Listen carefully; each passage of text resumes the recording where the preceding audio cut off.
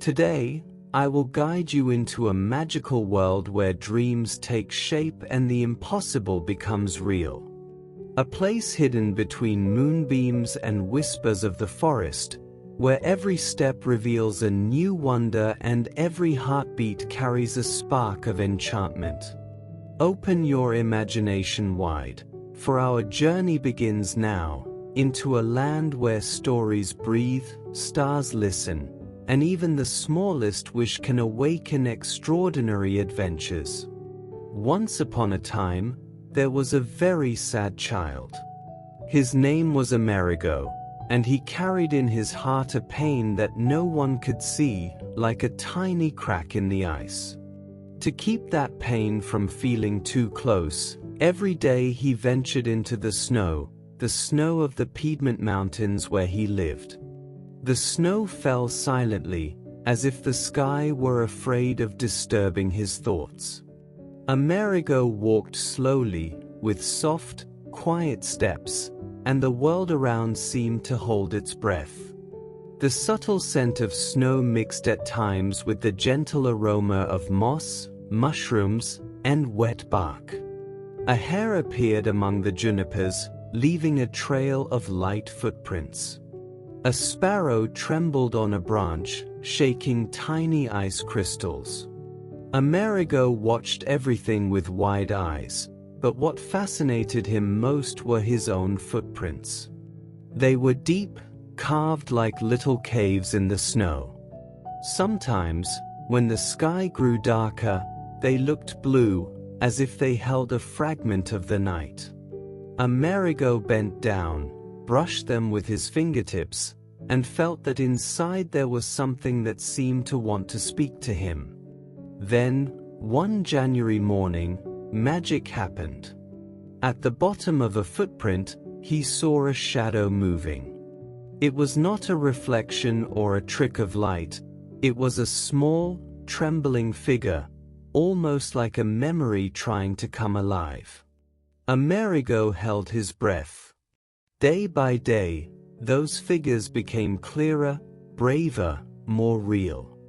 Until he understood the truth, his footprints were windows to other lives, to other worlds. Every step opened a world unknown to him. And so began the strangest and most beautiful journey of his life. In the first footprint, Amerigo saw a vast stretch of dark blue water stirred by the wind. The sea rose in heavy waves, like ranks of enormous animals, and the air smelled of salt and iron. The sky hung low, heavy with racing clouds, and the horizon seemed boundless. Then a girl with copper hair appeared, living in a village on the northern sea. The houses were small, gathered close together, as if to protect themselves from the cold. Amerigo never knew her name, but he saw that every evening, when the sky turned purple and the day slowly faded, the girl climbed the 100 steps of the lighthouse. The steps were cold and worn, and the wind tried to stop her by pulling at her coat. Her father was far away, at sea, and she guarded the light in his place. The flame trembled like a frightened heart, casting dancing shadows on the stone walls. The girl protected it with her hands, her body, her breath. She pressed herself against the glass as if she could embrace the entire sea. Outside, the storm raged. Inside, she stood strong. Amerigo saw the boats find their way thanks to that small guardian. He saw the sailors lift their eyes in the dark and follow that light, as one follows a promise, as one reaches a home. And he understood that even solitude can become a lighthouse that, if someone lights it, gives the courage to fight. Days passed, and Amerigo continued to walk, taking advantage of the winter. This is how his journeys into invisible worlds continued. In the second footprint, an ancient forest appeared. It was so green it seemed alive. Light filtered from above in thin threads, and the air smelled of moss, damp earth, and old leaves. Every step produced a gentle sound, as if saying hello. Among the trees walked a thin boy with clear eyes like spring water.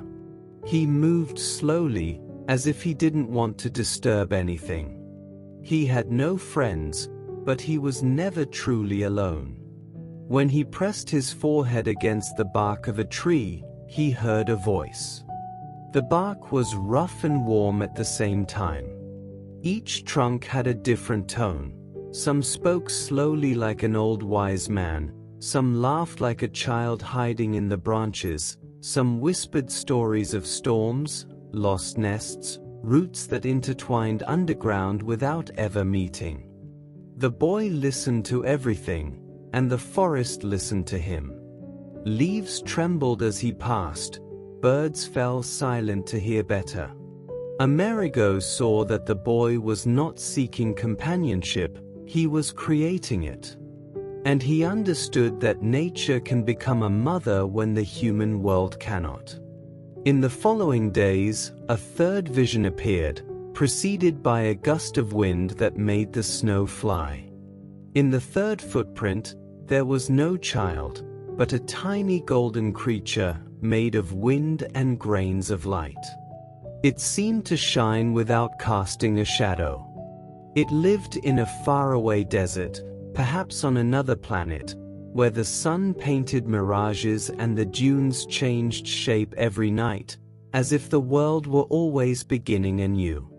The creature came out when the sky turned dark blue and the stars began to breathe. It walked leaving marks that vanished immediately and laughed softly, as one who knows a secret. The sand smelled of sun and sea salt. Only a few withered plants adorned the dunes. With its tiny hands, it traced immense figures on the sand. Serpents as long as rivers, constellations never seen, imaginary rivers flowing only in dreams. Each design was perfect, yet fragile. The wind came, erased everything, and it started over without sadness, as if beauty were an endless game, as if the point were not to last, but to be born and reborn again.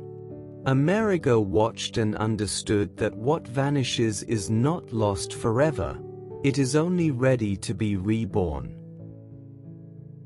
Then, one spring day, when the visions faded, Amerigo remained still on the little snow the sun had not yet melted. Silence returned to the mountains, but it was no longer the same silence as before. It was a full silence, like a room after a story has been told. His footprints were no longer marks of his weight, but doors to worlds. Every step he had taken, even the ones born from pain, contained a story that had saved someone, but had also saved him. Amerigo realized he no longer needed to run from his silence. It was there that the worlds opened. It was there that his heart knew how to listen. The wind brushed his face like a gentle caress.